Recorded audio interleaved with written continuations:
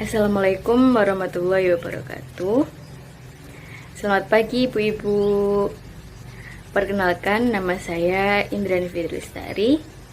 Nah, di sini saya akan memberikan penyuluhan tentang payudara bengkak, terutama pada ibu yang sedang menyusui.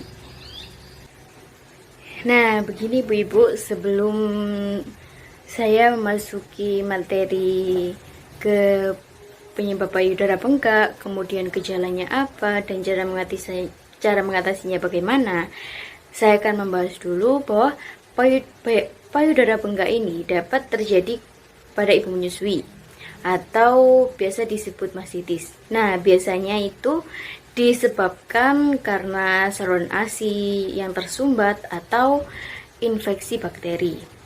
Nah, selain itu juga terjadinya rasa nyeri, kemudian gejalanya bisa juga diiringi dengan demam yang tinggi.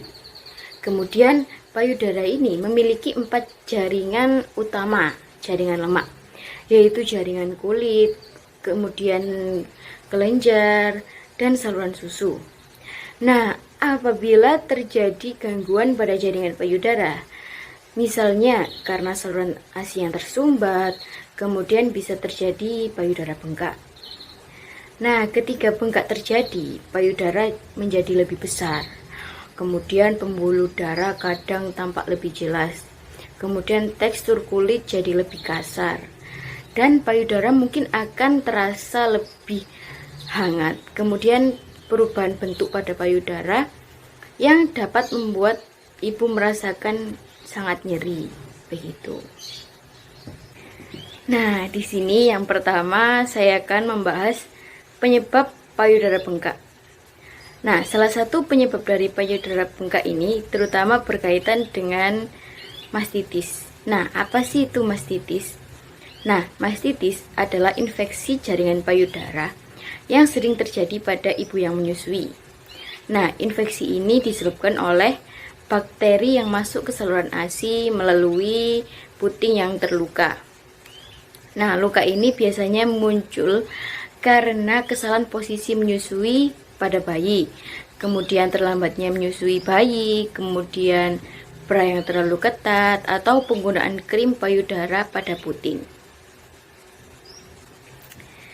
Nah, mastitis pada ibu menyusui sering terjadi dan disebabkan oleh penumpukan susu di dalam payudara.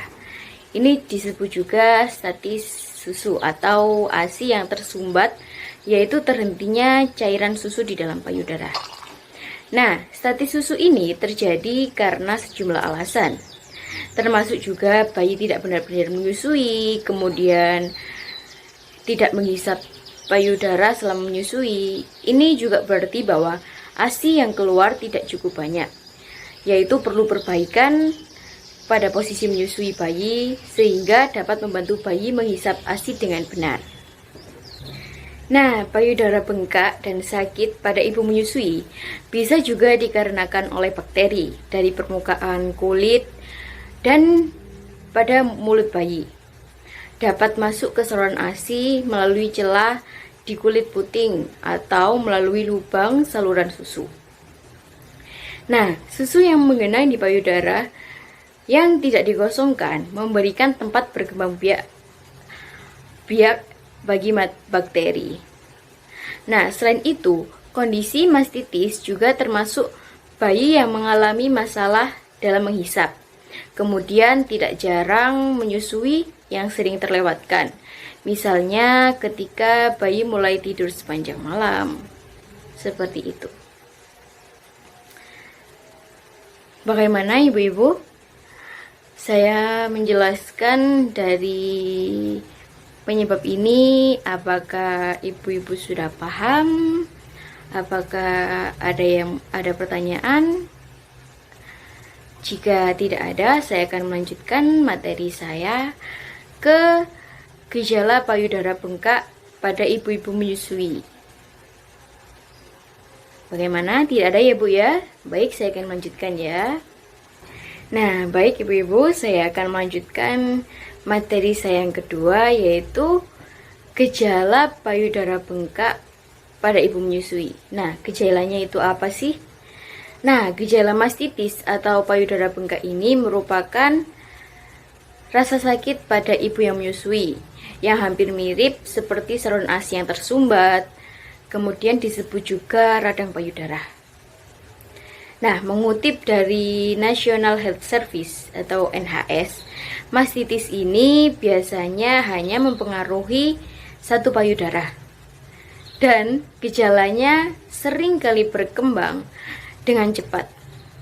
Nah, gejala mastitis ini dapat mencakup payudara yang meradang dan bengkak yang kadang terasa sangat panas dan nyeri saat disentuh. Nah, kemudian selain itu ada juga benjolan payudara atau bagian yang mengeras pada payudara. Nah, frekuensinya juga lebih sering dan lama atau hanya dapat terjadi ketika sedang menyusui. Bahkan terkadang disertai demam dan payudara panas jika diraba. Kemudian kondisi payudara bengkak dan sakit pada ibu menyusui ini disertai dengan keluarnya abses atau radang jaringan tumbuh yang memungkinkan timbulnya rongga tempat mengumpul.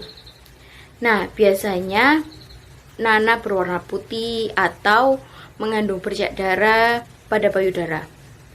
Nah, mastitis juga terkadang disertai gejala seperti flu, kemudian adanya nyeri, kemudian suhu yang tinggi atau demam, dan menggigil, kemudian kelelahan. Nah, dari saya menjelaskan gejala payudara bengkak tadi, apakah ada yang ditanyakan, ibu-ibu? Oh, tidak ada ya Bu ya. Ya baik, saya akan lanjutkan ke cara mengatasi payudara bengkak ini ya Bu ya. Nah, bagaimana sih cara mengatasi payudara bengkak? Yang pertama yaitu kompres dan pijat payudara. Bagaimana sih Bu caranya? Nah, yang pertama, kompres payudara ini dengan handuk yang sudah direndam air hangat selama beberapa menit. Kemudian dilakukan pemijatan saat hendak menyusui. Kemudian setelah menyusui bayi, beberapa menit kemudian melakukan pemijatan saat hendak menyusui. Nah, setelah menyusui bayi, kemudian kompres payudara ibu dengan air dingin. Kemudian untuk mengurangi penyumbatan, susui bagian yang bengkak terlebih dahulu, kemudian yang tidak. Begitu ya Bu ya. Nah, untuk cara mengatasi yang kedua ibu-ibu, yaitu kosongkan payudara. Maksudnya kosongkan payudara ini gimana sih Bu? Nah, maksudnya itu adalah tetap menyusui, yaitu merupakan cara yang sangat penting dalam menangani mastitis atau payudara bengkak. Nah, payudara yang bengkak ini bisa terjadi karena ASI yang tidak dikeluarkan. Nah, yaitu dengan cara mengosongkan payudara, susui bayi, yaitu dilakukan pompa payudara, sehingga mencari posisi menyusui yang benar dan nyaman agar ASI mengalir dengan lancar. Begitu, Bu.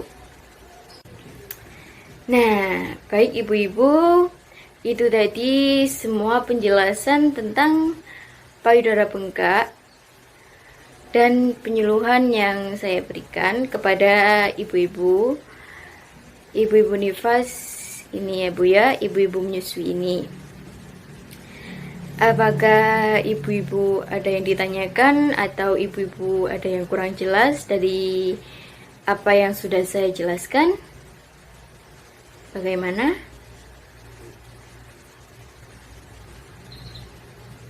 Oh, tidak ada ya Bu ya. Baik. Kalau begitu saya akan menutup penyuluhan pada pagi hari ini. Terima kasih kepada ibu-ibu yang sudah menghadiri penyuluhan saya pada pagi hari ini. Saya mengucapkan terima kasih dan saya mohon maaf jika ada salah dalam berkata. Wassalamualaikum warahmatullahi wabarakatuh.